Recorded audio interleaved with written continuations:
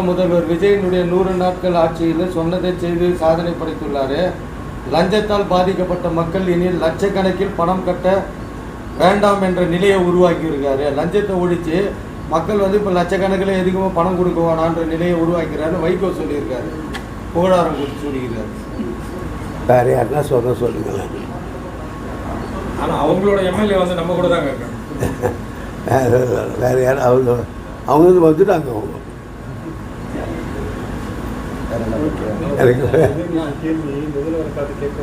இந்த 100 நாள் ஓடுற படமெல்லாம் 100ஆவது நாளுக்கு அப்புறம் வந்து தேட்டரில் ஒரு பாகம் தான், ஒரு சீன் மட்டும், ஒரு இது ஷோ மட்டும் தான் ஓடும்.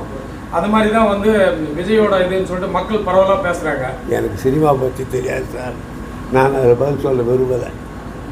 அதே போல் சட்டமன்றத்தோட எல்ஓபி இவர் உதயநிதி, அவர் உதயநிதி கேள்வி எழுப்பும்போது தக்க பதில் கொடுக்க வேண்டிய முதல்வர் பதில் கொடுக்கறதில்ல. சம்பந்தமே இல்லாத துறை அமைச்சர்கள் மாறி மாறி மாறி நீர்வளத்தை கேட்டால் பொதுப்பணியை சொல்கிறாரு, பொதுப்பணியை கேட்டால் இந்த அறநிலையத்துறை சொல்கிறாரு, இந்த அறநிலையத்துறையை கேட்டால் கல்வித்துறை அமைச்சர் சொல்கிறாரு. அந்தந்த துறை சார்ந்த அமைச்சர்கள் யாருமே பதில் கொடுக்க. அதுதான் சொல்கிறேன் நான், அவங்களுக்கு விதியும் தெரியல, சட்டமும் தெரியல. இதை திருத்த வேண்டியவர் concern minister is such a minister, other should not inter the matter சபாநாயகர் சொல்லணும். அவர் பாவம் மேலே உட்காந்து தத்தடிச்சுக்கிட்டு இருக்கிறாரு. அதுதான் சார், இப்போ எதிர்கட்சி தலைவர் ஒரு கேள்வியை எழுப்பும் பொழுது அந்த பதிலை வந்து முதல்வர் தான் கொடுக்கணும். முதல்வர் உட்காந்து இருக்கும் போதே தான் உதயநிதி எழுப்புறாரு, ஏன் அந்த ஃபைலை ஓப்பன் பண்ணலன்னு. அப்போ தைரியமாக எழுந்து மற்ற போன சட்டமன்றத்திலலாம் எழுந்து பதில் சொல்லுவாங்க. இவர் பதிலே சொல்ல மாட்டேன்றாரு, மௌனமாகவே இருக்காரு. ஏன் அது எப்போனா ஒரு முறை தான் முதலமைச்சர் கேள்வி கேட்டால் கூட மற்ற மந்திரிகள் எழுந்து பதில் சொல்கிறான்னு சொன்னீங்கல்ல. இன்றைக்கி முதலமைச்சருடைய 3 ஃபைலை வெளியில் கொண்டான்னு கேட்டார்கள் சாரி, முதலமைச்சர் பேசாமல் இருக்கிறாரு. இப்போ இவங்களை எழுந்து பதில் சொல்ல பார்க்கலாம், இவங்களை எழுந்து பதில் சொல்ல பார்க்கலான்னு. ஆகையினால எந்தெந்த மந்திரி எதுக்கு பதில் சொல்லணுமோ அதுக்கு தான் பதில் சொல்லணும். அதாவது எனக்கு ஒரு முந்திரி கொட்டை மாதிரி அடிக்கடிக்கு எழுதக்கூடாது. அது சபை கண்ணியம் இல்லை. சபாநாயகர் இன்னும் கொஞ்சம் கண்டிப்பாக இருக்கணும். சபாநாயகர் நல்லவர், I know him past so many years, எனக்கு தெரியும். ஆனால் இப்போ பண்ணுறது ஒரு வரலாறு பண்ணுறாரு.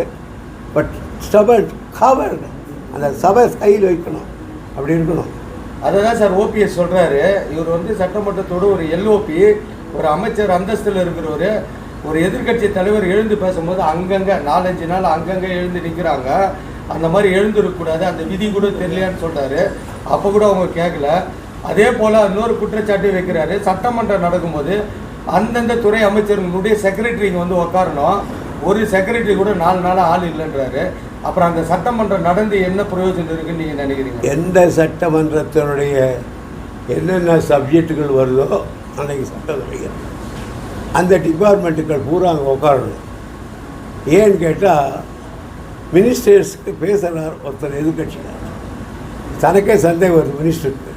உடனே மேலே பின்னால் போய் இந்த மாதிரி பேசுகிறாரு, இதுக்கு என்ன விளக்கணும் கேட்டுக்கிட்டு பதில் சொல்லுவோம். அது மாதிரி தான் உட்காரணும். எங்கள் ஆட்சியிலேயும் பல முறை உட்கார மாட்டாங்க. நான் தான் அதே கிளப்பி சபையை நிறுத்தி வைங்க வர்றவர்களேன்னு சொன்னேன். வயது வந்து உட்காண்டாங்க எல்லோரும். It is highly improper and disqualification of the commission சொல்லிட்டேன். இப்போ ஏற்கனவே வந்து அந்த அரசு பேருந்துகளில் வந்து கண்டக்டருங்களாம் வந்து வடமாநில தொழிலாளர் வடமாநிலத்தை சேர்ந்தவங்களை நியமிக்க போகிறாங்கன்னு ஒரு சர்ச்சை போயிட்டுருக்கு. அதே சமயத்தில் இப்போது வடமாநிலத்தை சேர்ந்தவங்களை வாத்தியார்களாகவும் பணியமர்த்த போகிறதா ஒரு தகவல் பரவிட்டு இருக்குது சார். இங்கே தமிழ்நாட்டிலே நிறைய பேருக்கு வேலை இல்லை.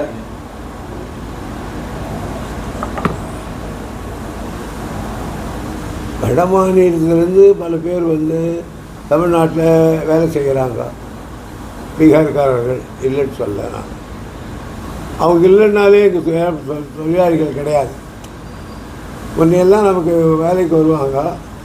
அவங்களுக்கெல்லாம் அந்த என்னது காலையில் போய் பண்ணுறாங்களே துப்புரவு இல்லை, குளக்குட்டி எல்லாம் செய்திருக்காங்க. 100 நாள் பணியாளர் போயிட்டாங்க. அவங்க எல்லாம் சேர்த்து 200 300 வாங்கி உட்காந்துருக்காங்க. யாரும் இந்த வேலைக்கு வர்றதில்லை. கஷ்டப்பட்டு அவர் தான் வேலை செய்துட்டு இருக்காங்க. அதுக்கு வரையும் தான் அவங்க அளவில் தவிர அதுக்கு மேல் கொண்டு அலோவ் பண்ணக்கூடாது. கூடுறதுக்கும் அவ்வளோ பெரிய நல்லதல்ல. அப்படி ஒரு நிலை ஏற்பட்டால் அது ஒரு புரட்சி ஏற்படும் தமிழ்நாட்டில். பிளே ஸ்டோர் மற்றும் ஆப் ஸ்டோரில் இருந்து பாலிமர் செயலியை QR கோடு மூலம் பதிவிறக்கம் செய்யுங்கள். செய்திகளை உடனுக்குடன் பெறுங்கள்.